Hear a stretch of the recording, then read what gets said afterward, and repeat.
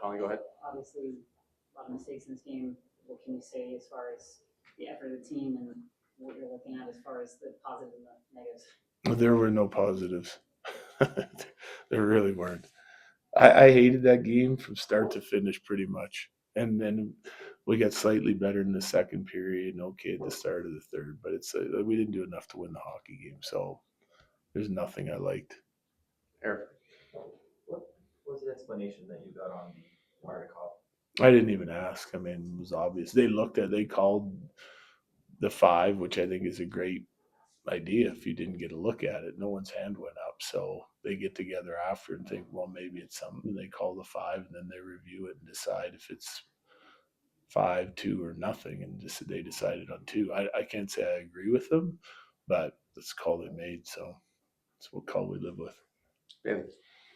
Pretty spread minutes from your defensive core tonight, but -3 for Samuel Girard. What are your kind of overall thoughts on his game? I'm not gonna dissect everyone as an individual. I mean, I appreciate the question, but we were no good. There was a lot of guys that were no good, so I'm not gonna just pick apart a couple guys. We got to be better than that. That was not even close to the standard of hockey that we want to play. Correct. Okay, so this is like the first time you've said these things, and it's whatever this game 46. But you have lost, I think it's 4 out of 6 now. Is there anything that kind of connects the 4 losses together, or were those 2 games in Florida not really anything to do with it? No. There's trends that are coming our way. So like you're missing key guys, so everyone's job becomes more important. Okay.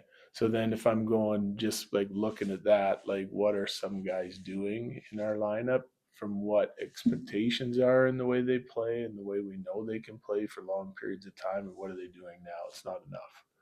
Okay. That's one. So that's on the individual themselves to get going. 2 is we're not defending hard enough. So as a unit, as a group of 5, consistently, like we have flashes where we're doing it right, playing hard and competing hard enough on the defensive side, and then we don't. Like the offense isn't a problem. The offense even tonight looked great at times when we got in the offensive zone.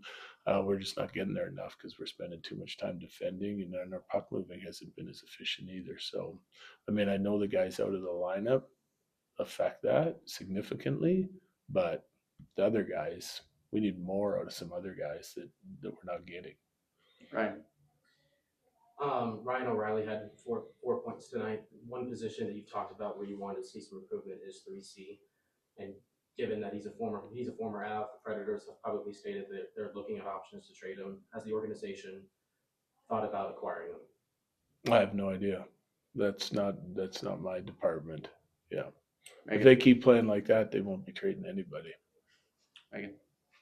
How do you move forward with the group day off tomorrow? What is the plan and how you will approach the conversation that has to happen? Yeah, I haven't decided yet. I'll get to it, but it's not going to be a nice conversation because we just had one.